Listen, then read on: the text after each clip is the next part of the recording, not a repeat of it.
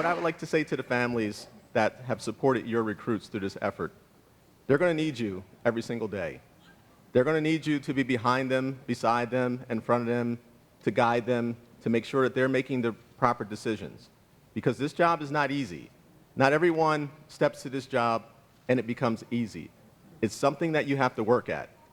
And you, as the family who've supported them, you've already set them on the right track to do the right thing. They wouldn't be here if they didn't have the right mindset for this job. And I congratulate, again, the families first. I congratulate those recruits who've come through this process. Because as they move forward, they will be out in a field of service. And that's what we do. We service people. One of our tenets of what we do is to protect and serve.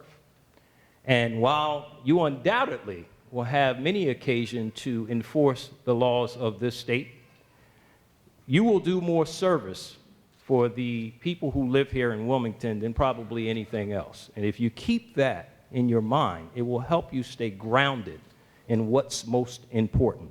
Because we are truly here to serve the people of this city and this country and these states across this great United States that we live in.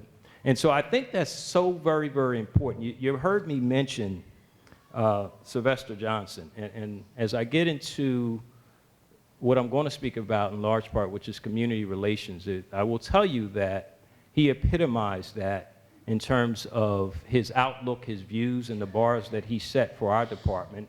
And he has done a lot to show people what that looks like, being in a community. And this is, I say that for this reason.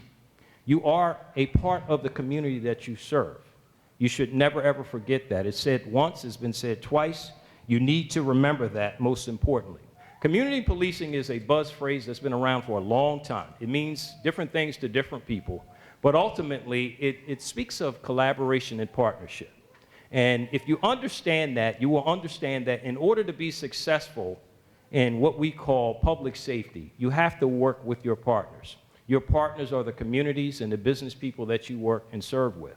And when you understand that, you also have to have the conviction that is required to carry out those very duties. You can't just talk it, you have to walk it. And it's not just the job of the police chief or the command staff that are seated before you.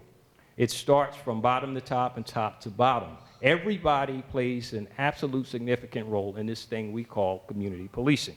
If you don't believe that, you're going to struggle.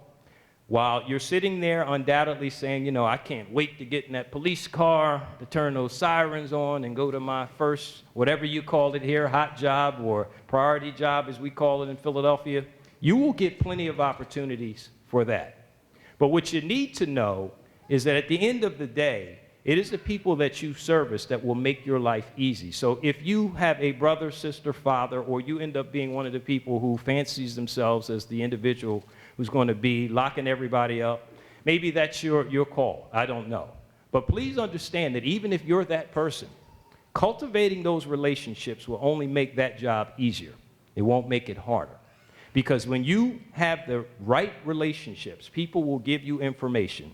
People that you least expect. People will feed you intelligence that will make your life easier. And from a very basic premise, all of us who have been here and have done this for any amount of time, you know you will find yourself in a volatile situation and you can't reach that radio. And when someone who's looking out the window calls 911 for you, you will appreciate the fact that it's never us against them. It will never, ever be that. I don't care how disenfranchised the neighborhood is. I don't care how angry people appear to be. Let's be honest, we live in a very challenging time right now for this profession. Nobody can deny that. There have been a few who have tarnished their badges, but the lion's share of the men and women that wear this uniform do so valiantly. They do so with pride and professionalism. Thank you.